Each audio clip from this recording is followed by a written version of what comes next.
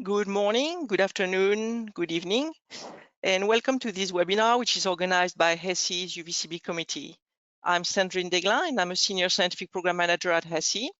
I also manage the UVCB committee with my colleague, Judy Chikva. So today's webinar will be presented by Dr. Tony Williams from the US EPA, who will tell us all about how he applied cheminformatics to develop a structured, searchable database of analytical methods. But before we start, I wanted to give you a brief overview of what the UVCB committee has been working on over the past few years. And it's going to be a very quick introduction, so please don't hesitate to reach out to me or to Julie for more information if you would like.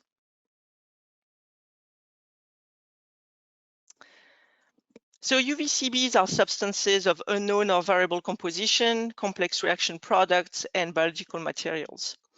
And so UVCB are very, very complex substances. They contain many different constituents of variable nature, different concentrations. They can also be a batch-to-batch variability of UVCBs depending on their source or the process by which they are produced. And UVCB constituents are often unknown, or some of them at least. So because of that, UVCBs are very difficult to characterize, very difficult to test, and it's also difficult to conduct risk assessments on UVCBs, whether it's human health risk assessment or ecological risk assessment. So this is why the UVCB committee was created, and the mission of the committee is to develop an exposure-centric tiered approach to UVCB risk assessment. And the idea behind this approach is to move away from the systematic characterization of UVCBs, which is very time and resource intensive, and only characterize the substance or characterize it just as needed. So the framework is based on that tiered approach I mentioned, and this is a very high-level representation of the framework, and this is the tier 0 level of the framework. And so by tier 0, we mean the entry level, so the level at which we're only using baseline information. So baseline exposure information, which is something like use volume, tonnage volume, or importation volume. And then the tier 0 information, tier 0 characterization information, which is based on basic analytical methods like HPLC, FTIR, or elemental analysis, but also substance specification and QA/QC information. So information that should be readily available, but that we discovered is not necessarily or even rarely readily available. So once we have our tier 0 information on the exposure side, on the characterization side, we bring the two together to do kind of a high-level risk assessment or maybe more of a prioritization. And we ask the question, can I prioritize my substance? Can I assess the risk within a certainty? And if the answer is yes, then we're done. And if no, we need to collect more sophisticated information. So we go to tier 1. So this is a very, again, simple representation of the framework, but in reality, it looks more like this. And this is something that we developed as we were developing case studies. So this was done for an actual UVCB. And as we were working on these case studies, many questions arose, and we've been using these questions to guide the work of the committee. So these questions were the following. So the first one was, well, we really need to have access to tier 0 information, and it's very difficult. So maybe we should create a database of tier 0 information. So that's something that we've been working on. And at the moment, we have a database of just over 100 substances that's being developed. And in parallel, we're developing a manuscript that highlights the data challenges or the challenges of the data gathering process, and also why we need such a database of tier 0 information. We have also developed a high throughput complexity evaluation method, because as we were working on those case studies, we realized that the framework has to be tailored to the substance on which it is applied. And the tailoring of that framework often depends on the complexity of the substance. And I'm not going to get into what we mean by complexity, but we developed that evaluation scheme for complexity, and that's something that hopefully we can publish in the near future. We also organized a UVCB workshop last September in Reykjavik in Iceland, where the two main themes were, one, how to deal with a whole substance versus representative constituent, or a combination of the two when we deal with UVCB risk assessment and testing. And the other one was, how do we deal with persistency of UVCBs? So there's a manuscript that's in development for that workshop. Also, you can look at posters and presentations on our webpage. The exploration of biodegradation is something that's difficult and that we have started tackling, but that's probably going to be on our plate in the next year or so. And we also started the development of a guidance document to help risk assessors and people who test UVCBs develop strategies to move from tier 0 to tier 1. So based on the information that they have at tier 0, how can they intelligently move into a tier 1 evaluation? This is the list of our participants. So you see we have a good presentation of academia, industry, and government. And this gives me a chance to thank all of our participants, the people who are engaged in this project. And this was very fast, but if you want to know more, please contact me or contact Julie. This is our email address. The QR code on the right will lead you to our UVCB committee page. So let's now move on to our actual webinar. So a few housekeeping issues. Quick disclaimer to tell you that the views expressed by the speakers are the views of the speaker only and do not necessarily reflect the views of HESI or of HESI members. And know that this webinar is being recorded and it will be posted on the UVCB page in a couple of days after the webinar. Now, if you want to ask questions, you can ask them throughout the presentation. You can use the question box on your control panel, the GoToWebinar control panel that's represented here on the right. So type your questions and the questions will be read to our speaker at the very end after his presentation. All right, I'm going to introduce our speaker. So it's my pleasure to introduce Dr. Anthony Williams. Dr. Williams joined the Center for Computational Toxicology and Exposure in the Office of Research and Development at the US EPA in 2015. Dr. Williams is a cheminformatician focused on the delivery of the center's data to the scientific community. Dr. Williams has over 2 decades of experience in cheminformatics and chemical information management with a focus on internet-based projects to deliver free access, community-based chemistry website. If you know ChemSpider, which I'm sure you do, well, Dr. Williams was the founder of ChemSpider, which provides access to millions of chemicals to hundreds of thousands of users every day. And he was the product owner for the EPA's CompTox chemical dashboard for 6 years. He is now leading the development of 10 proof of concept software applications, including hazard profiling of chemicals and structure searching.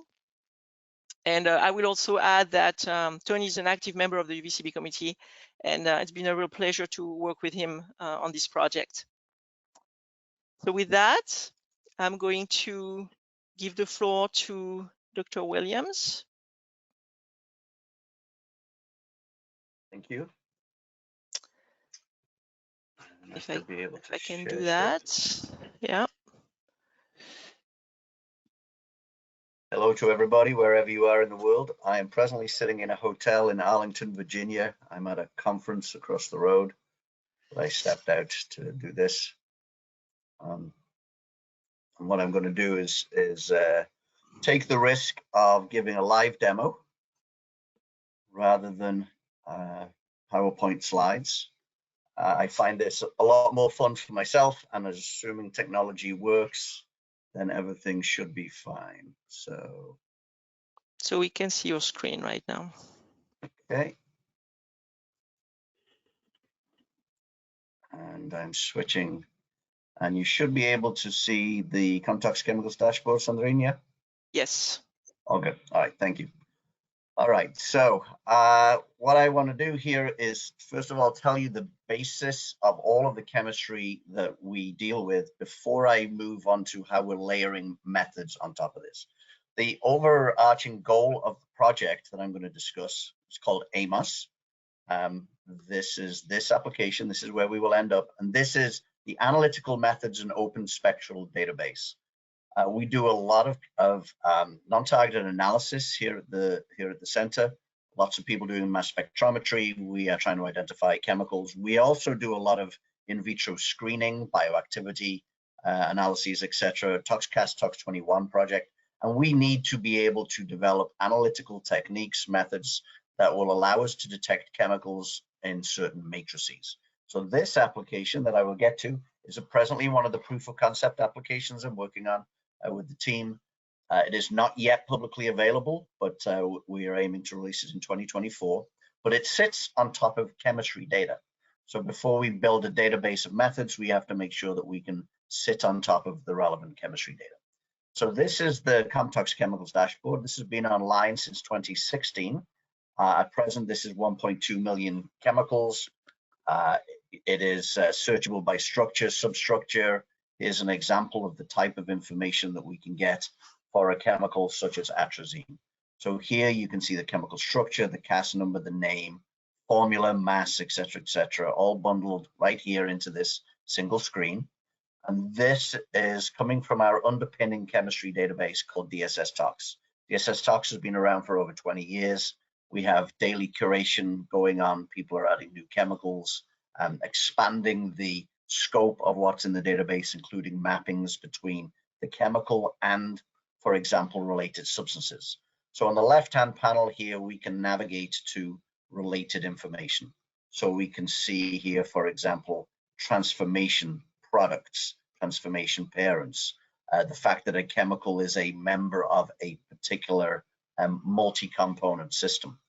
All of this navigation on the left-hand side gets you into things such as property data, physchem property data, for example, hazard information, exposure information, safety data, etc., etc. So this is the dashboard, and it sits on top of the chemistry.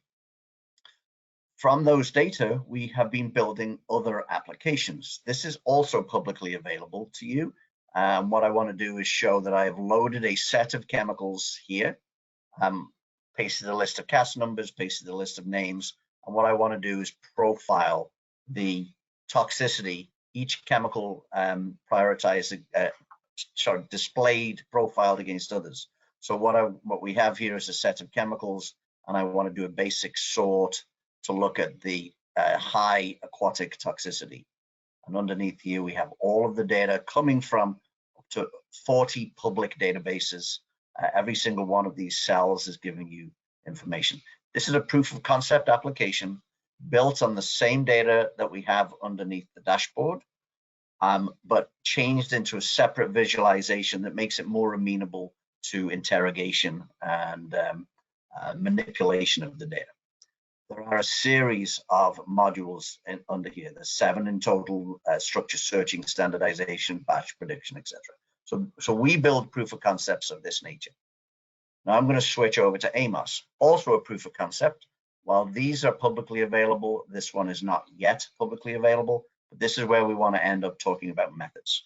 So with the purpose of pulling together method documents, PDF files, fully sitting on PDF files, we take these PDF files and we now extract from those PDF files relevant information that can support our efforts to do non-targeted analysis, suspect screening, having methods available that we know we can apply to certain classes of chemicals. It speaks for itself. I'm going to start with small molecule. Initially, I went to atrazine before. We will get to the UVCB aspects of this, but let's start with atrazine. So all I've done is I've taken the same underlying database and I've searched for it. You will note that this chemical structure here is exactly the same as displayed here. It's coming from the same database. This is the substance identifier, the CAS number, etc., etc. So what we have pulled back here now is we have pulled back a series of methods associated with atrazine. And what this is telling us is that atrazine is mentioned, is part of a particular method. So for example, I'm pulling up here a method 555.1. This method right here is from the National Environmental Methods Index. It is the full method. You can download it here, you can print it here. The actual title of the method is determination of chlorinated disinfection products, halogenated pesticides, and herbicides in drinking water. Atrazine is a herbicide. This entire method document contains 39 chemicals, and here are those chemicals. So atrazine is one specific chemical in the method that is described right here, just one. You can see here a column showing the number of chemicals in a particular method. So as I go through here, I can load the different methods. So this is method 525.2, again this is from the EPA, revision 2, it is the full method. All the details of how you would run this particular method. And here we are seeing what some of those chemicals are. Atrazine, just one of them in here. When we've moved to look at this particular panel, what you see here now is there is no structural representation found for this substance. Why? Well, it could be that you cannot draw one. And why? Arachlor is a complex mixture of polychlorinated biphenyls, PCBs. It is a substance that we can absolutely register. We can click here and migrate back out to the dashboard. It tells you it's a colorless liquid with an average molecular weight of 376, etc., etc. All of the information about this particular complex mixture, but without a chemical structure, because there are between 8 and 12 different PCBs in that mixture. So this is an example of where we can't do the chemical structure representation, and there are many, many UVCBs of that nature, and we will get to those. So I want to highlight, while we have all of these EPA methods, and these would be classed as regulatory methods from our side, we wanted to make sure that we didn't constrain ourselves only to EPA methods and only to regulatory methods, because there's a rich catalog of methods out there in the world where you can learn an awful lot about how to run particular methods on chemicals that are not issued by any regulatory agency, but are absolutely of value.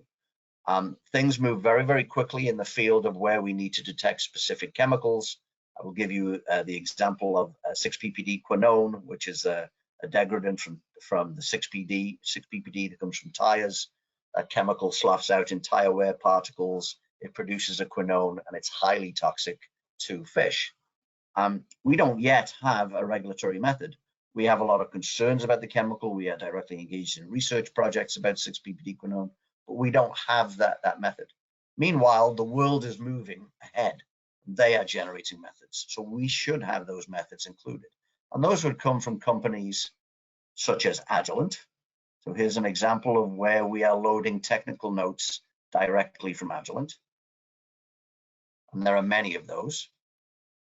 I'm fortunate that I've worked with some of the best postdocs, and Andrew McCachran, who worked with me for a number of years, went on to Agilent, and he runs the chemical library, spectral library over at Agilent. So when I discussed this project, he talked to management, and Agilent willingly provided us all of their technical notes. So that's Agilent. We also have Shimatsu, Thermo Fisher here, SciEx, etc., etc.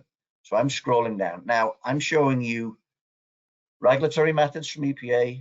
I showed you one, I think, from NEMI, National Environmental Methods Index, but we can also load publications.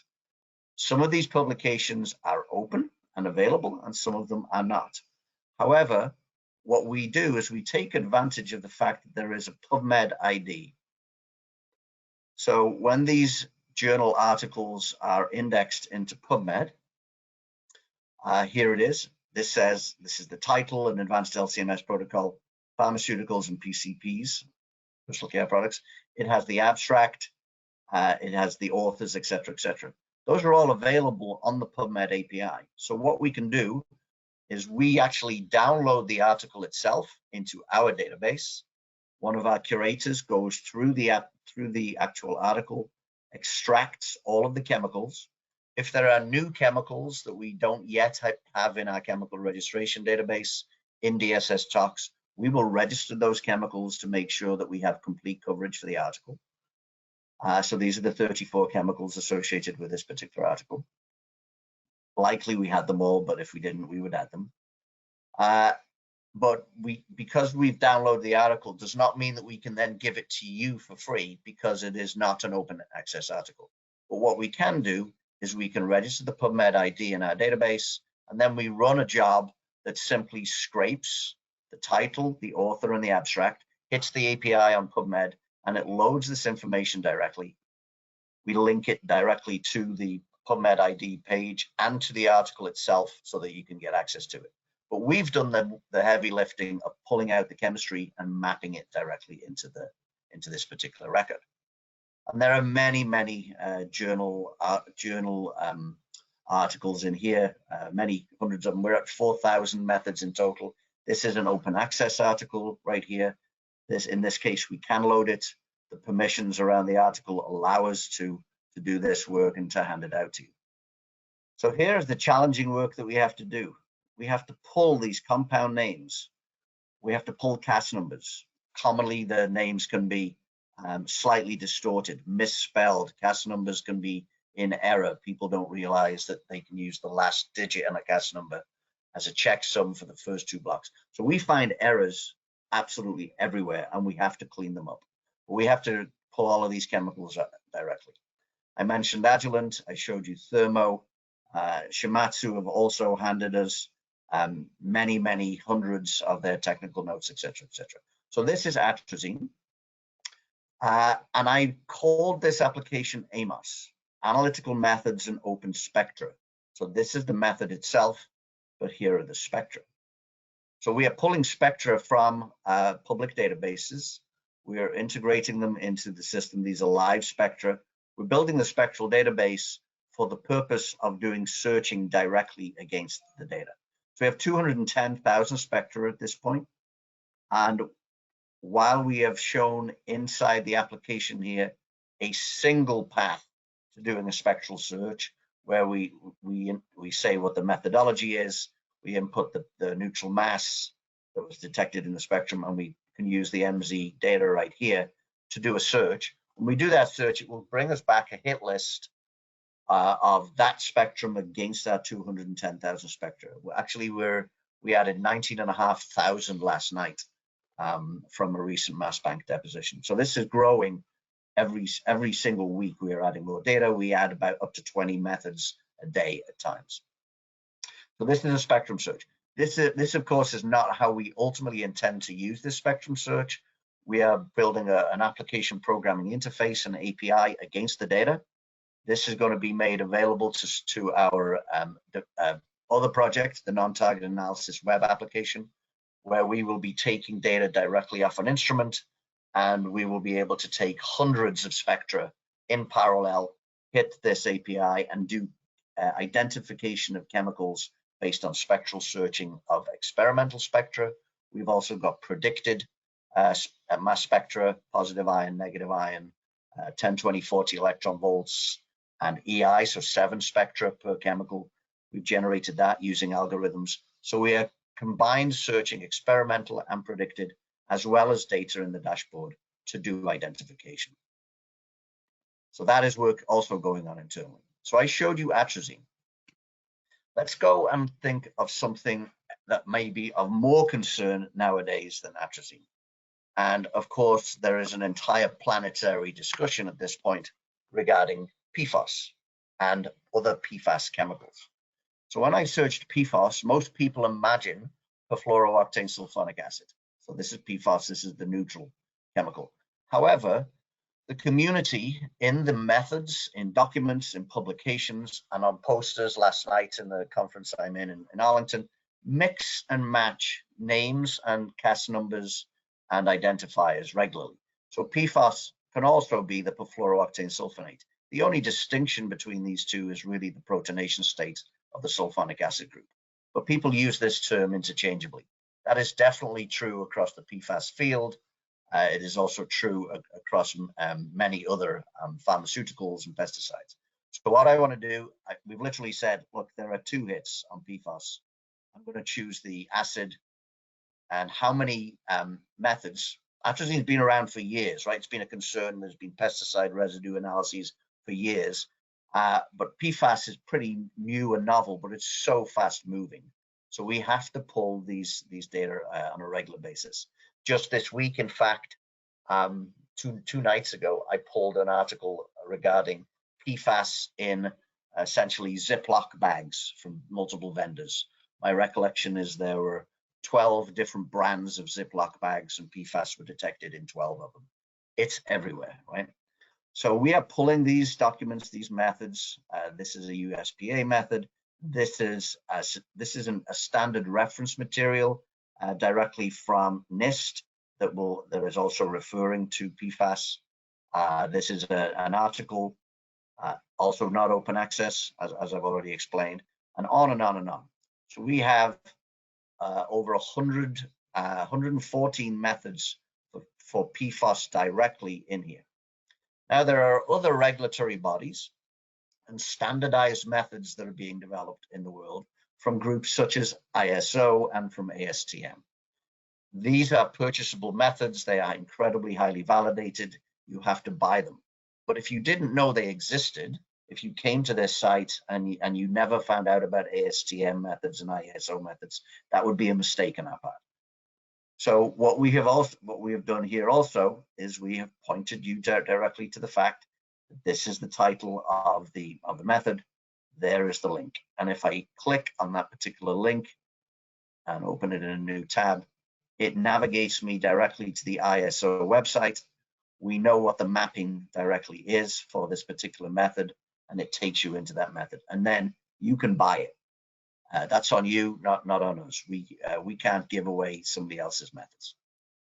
So we have the same for ASTM, the same for ISO. But we're also pulling other government agencies. So Center for Disease Control, their lab manual.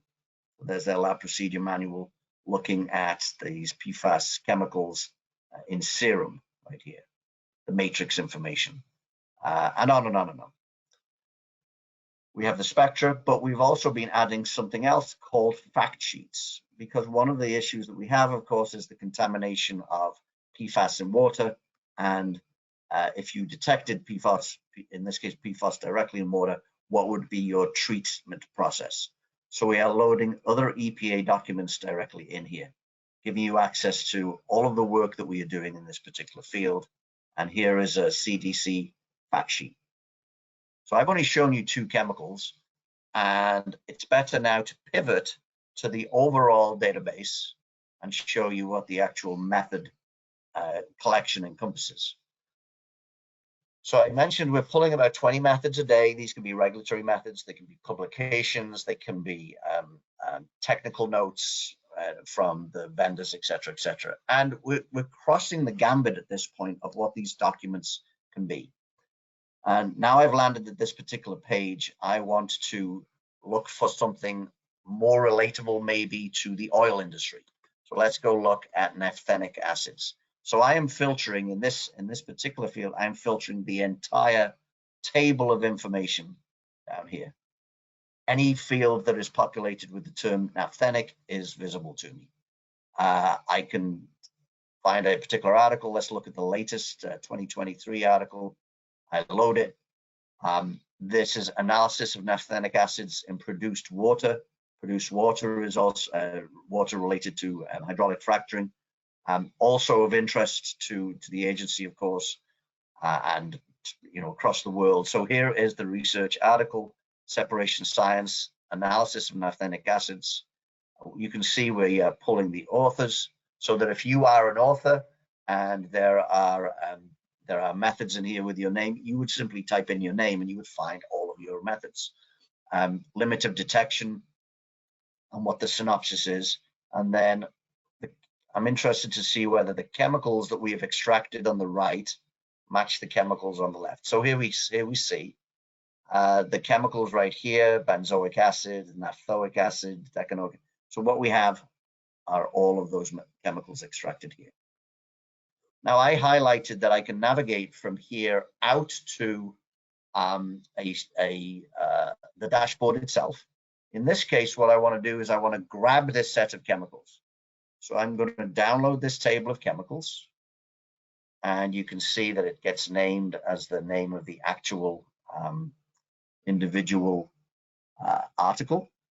So what we're going to do is, when this downloads, the reason I'm showing you this is because we map everything in our world together with what we call DTX substance identifiers, DSS docs.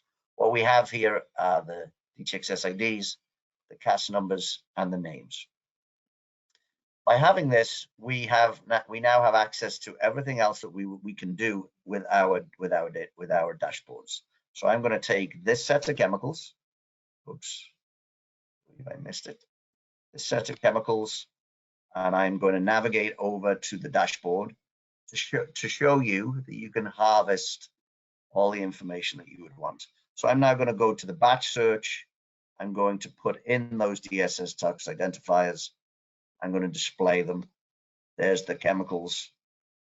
And then I can harvest all the information from here that I would like. So I would like to put into an Excel file the SMILES, the formula, the mass, whether or not there are there's ToxCast hits. We can look at whether there's IRIS reports, PPR-TV reports, and harvest model predictions. So whatever I'm selecting there, I immediately get access to everything else that we have done underpinning the dashboard.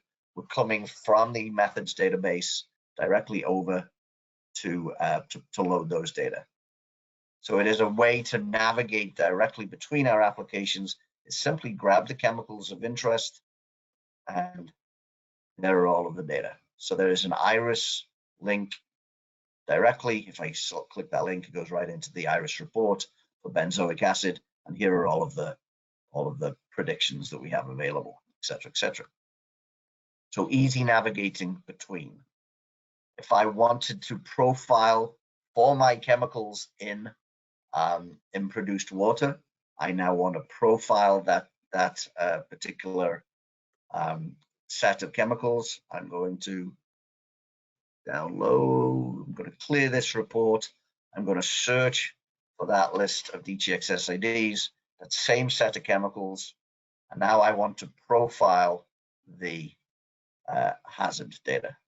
So this is all happening in real time. I've never done this one before, and you can see here that we now have access to a profile. VH, very high toxicity, genotoxicity, mutagenicity, eye irritation, very high, high, medium, low. The color coding is giving you all of that information, and under each of these, you can see where the data are coming from. So easy navigation between the different applications. Let's go back here now, and while I'm viewing this particular method, I'm interested to know more about this particular chemical, the naphthoic acid. So this link takes you outside of the application into the dashboard. This link pivots you inside our database, inside the AMOS database, and it's now looking directly for naphthoic acid. It has found us the one method, and it has found us 52 spectra. These spectra all turn out to be external. So we don't actually have any spectra inside the system for naphthoic acid at this point, but we have built you a navigation to a database of 1 million chemicals with different types of spectra, GCMS, infrared, NMR, and all I'm going to do is I'm going to select this link, and it now takes you out to an application called SpectraBase that is hosted by Wiley. This is free for you to use. We cannot download all of the data, but this is telling you alpha naphthoic acid has 33 NMRs, 6 Fourier transform infrareds, RAM, and et cetera, et cetera. So you can go here now and find all of the spectral data that you would like.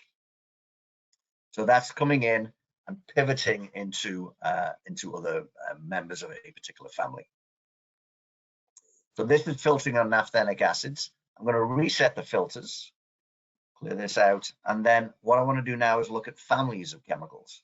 So if I want to look, for example, for PCBs, I can look for the mixtures. I can look in serum. So how many methods do we have about PCBs in serum? Right there, you can see there are 6 of them. We can download that table of each of those methods, put that into an Excel file. So we're now giving you a list of methods as a starting point that you could use to go navigate out to all of the methods of interest. You would literally come to our application, pull down that list, and you will see that you will get the title of the method, the year it was generated, the methodology that it covers, the source, the analyte, the serum, the matrix, etc., etc. So all directly available here. And these are the actual method identifiers. So lots of filtering capabilities built into the system. Okay, so let's talk a little bit more about challenging chemicals. So if we're looking for oil, so fuel oils, crankcase oil, mineral oil, petroleum products, no structural representation for crankcase oil, for sure. It actually does have a substance identifier. This is directly from, I think this is an OSHA report. So we are pulling OSHA, we are pulling CDC, etc. As I said, I'm going to reset these filters so you can see the source. So here's SciEx. These are all of the SciEx ones that we've been pulling. Now, I happen to mention 6-ppd quinone, tire wear particles. I said that we don't have a regulatory method. We will have ultimately, but let's take a look at the 6-ppd quinone. This was the first one that I found that came out regarding 6-ppd quinone. This is from SciEx. These are the chemicals that they are reporting. They are derived directly from tire rubber. This is 6-ppd quinone. I want to find out all of the methods. There are now 6 methods associated with this. They include an adjuvant method, and you can see here they're highlighting the issues that these chemicals have on fish. So this is the full method detail. The SciEx one that we pivoted from, and because 6-ppd quinone is such a chemical of interest to the agency at the moment, we're also pulling other articles. Not open access, not open access. I don't remember which of these are and which of these aren't, honestly. This one actually is open access. So you can see, I hope, the benefits of pulling all of this information together, giving you a path to come in at a chemical level and find spectra and methods, coming in at a method level and finding all of the chemicals that are associated, etc., etc. So we've talked now about single chemicals browsing. We've talked about browsing all of the individual method collections by filtering. So I can go through here and look for any chemical of interest, limits of detection, etc., etc. So this is an alternative way to do it.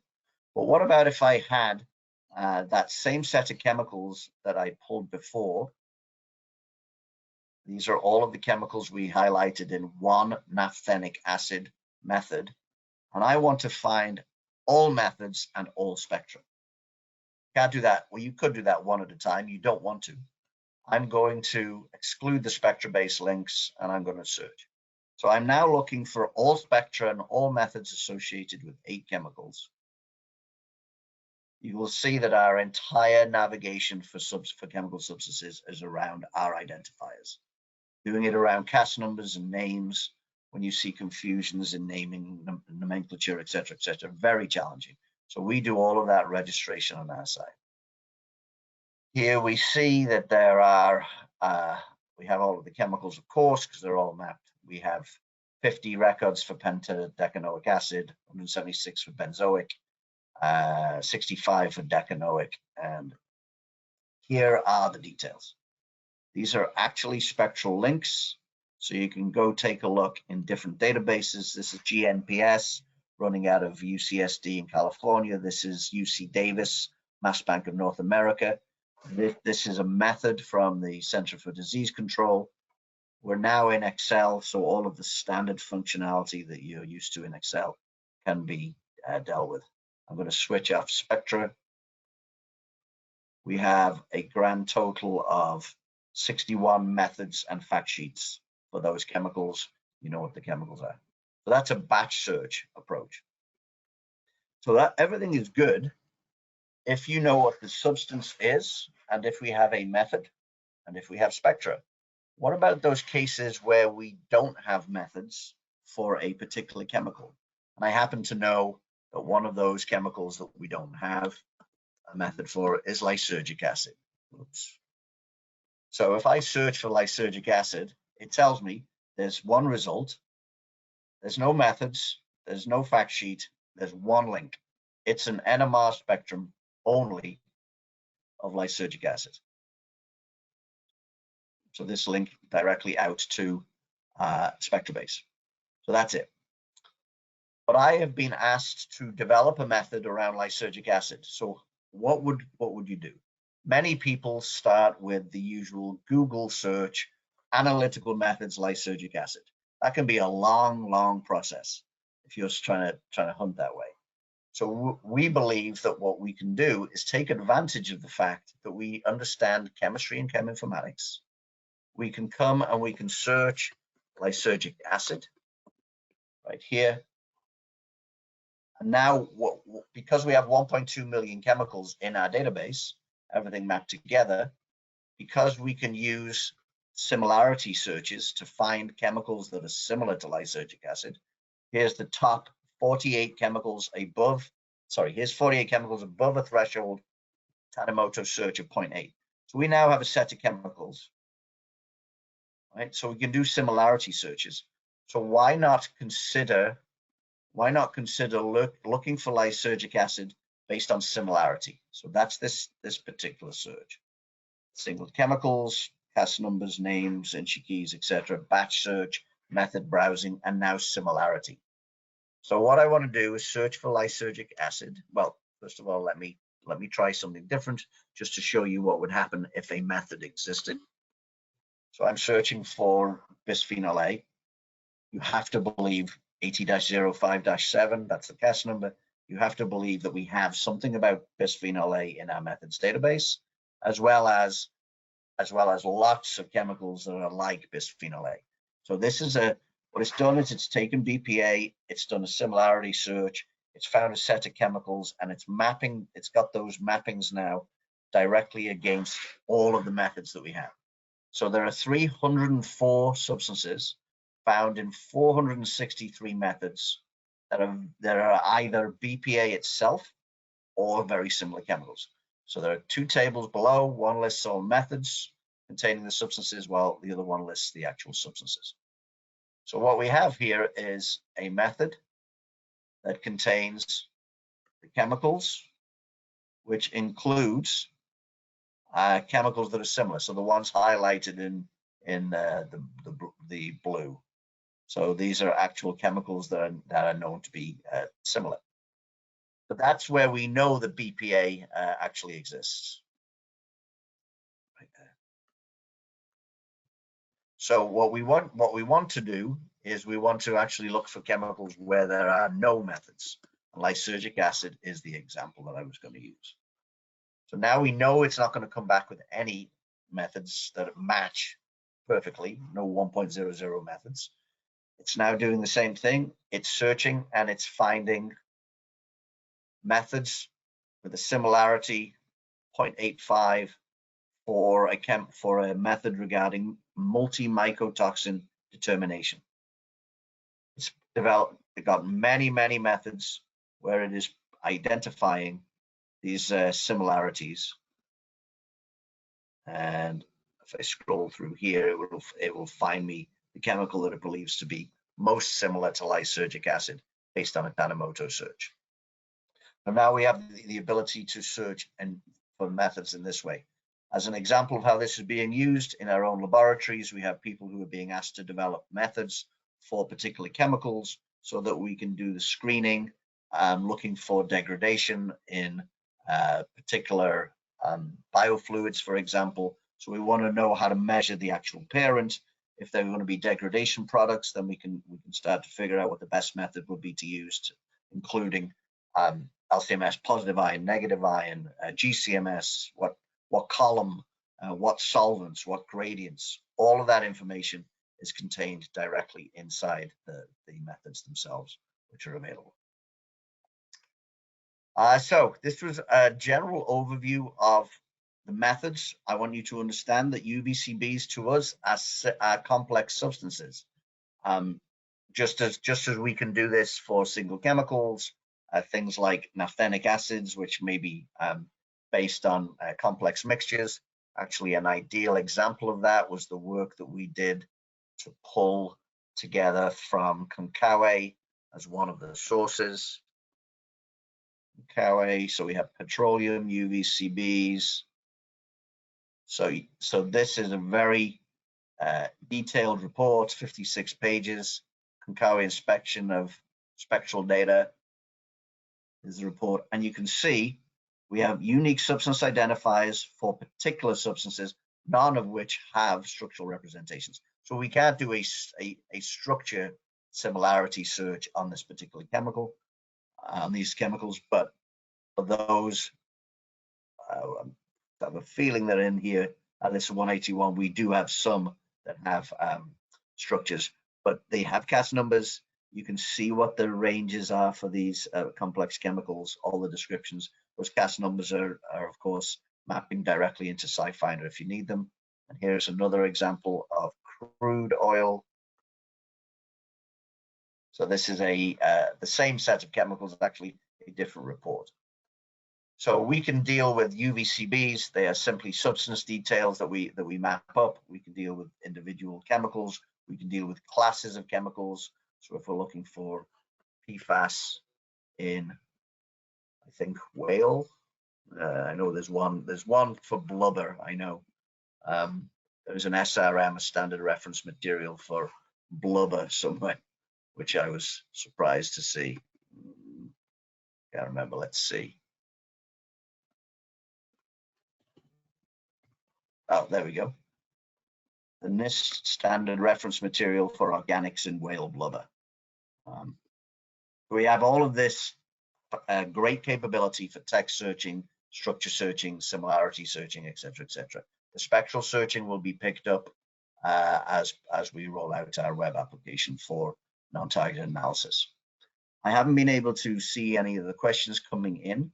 I'm going to stop right there and ask if there are any questions at all, Sandrine.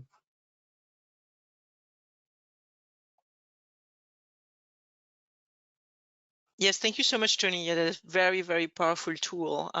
Well, I guess the first question is, when will this be available? So we are locking down version 1. My hope is within the next 2 or 3 days we'll be locking it as an application, as a functional UI database. We will continue to add spectra and methods until release.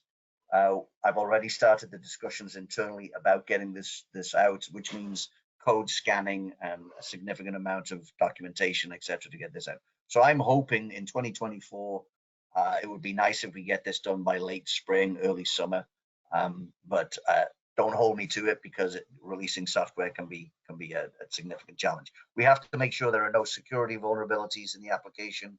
We don't want anybody hacking it and getting into our systems, etc. I'm sure you understand the challenges. Right. Yes, thank you. Yeah, I think a lot of people are looking forward to being able to dive into that database there. So yeah, I want to. What I'd like to say is, anybody wants to add their methods into the application, please just send me an email, give me a DOI related to an article that we can find. We will do all of the work. Or if you have lab reports internally that you can make public, share them, send them as an email, and we will index them and add them in, and they will ultimately go public. So we want to make this accessible and available to everybody. Here at the CERDP conference in Arlington, everybody's focused on PFAS, but that's 118 methods out of 4,370. So it's not a PFAS-centric application. People seem to be thinking of it that way. That's where the interest is right now. Thanks, Tony. Actually, I do have a question about this. So I see you have a wide range of methods, NIST or ISO or these kind of methods. Do you have any inclusion criteria, what you include, or do you just bring in any method that you receive and any method that you find in different publications? You mentioned the publication source. Yeah, so we look at them rather carefully. People have asked us, have we validated each of the methods?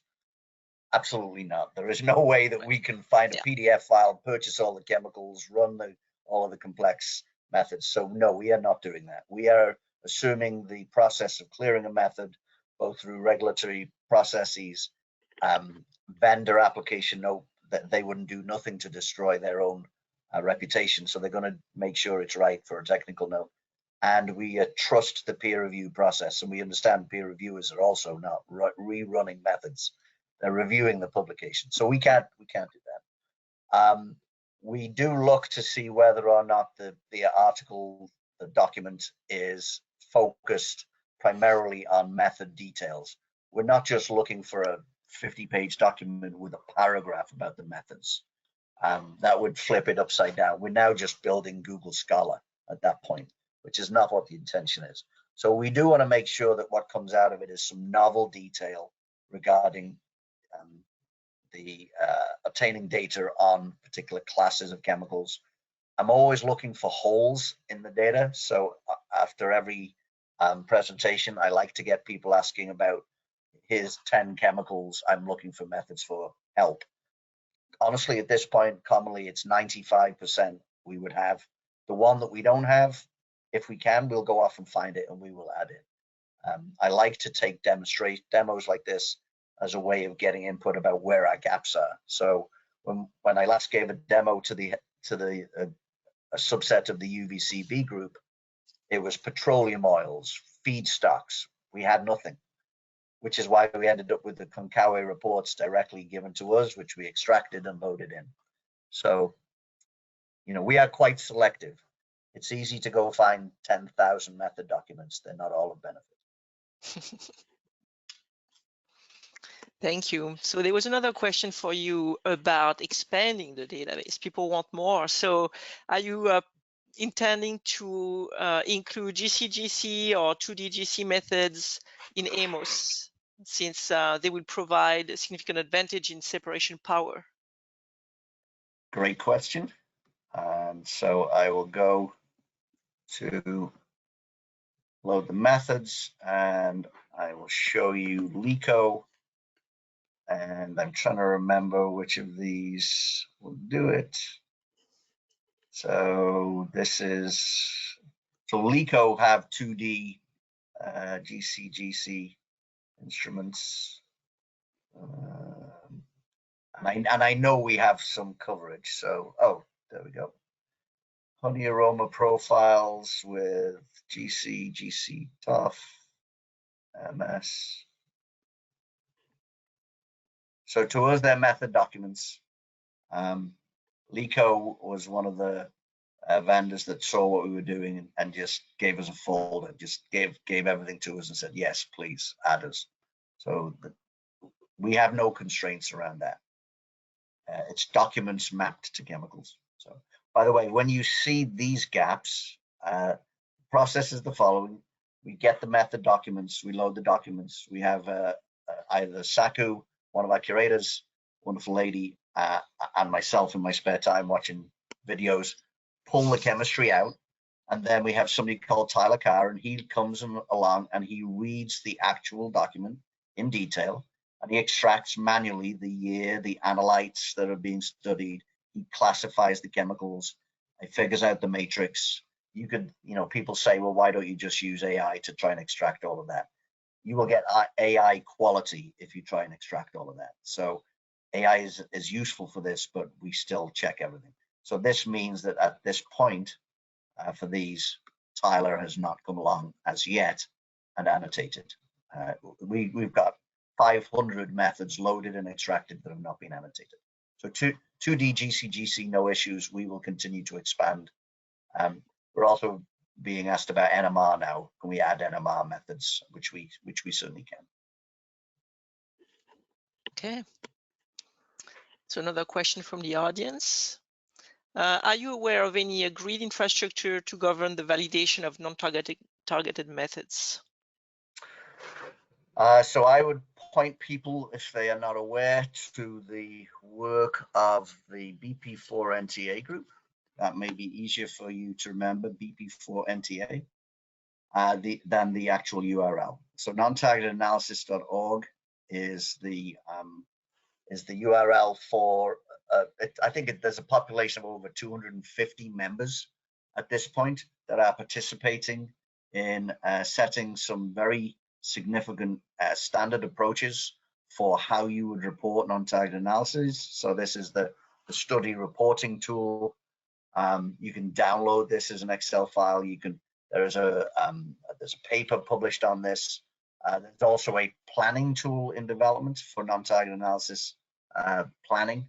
So I would take a look at BP4NTA. I think this is going to set a lot of the standards and standard work practices moving forward for, I don't know why that's scrolling on its own.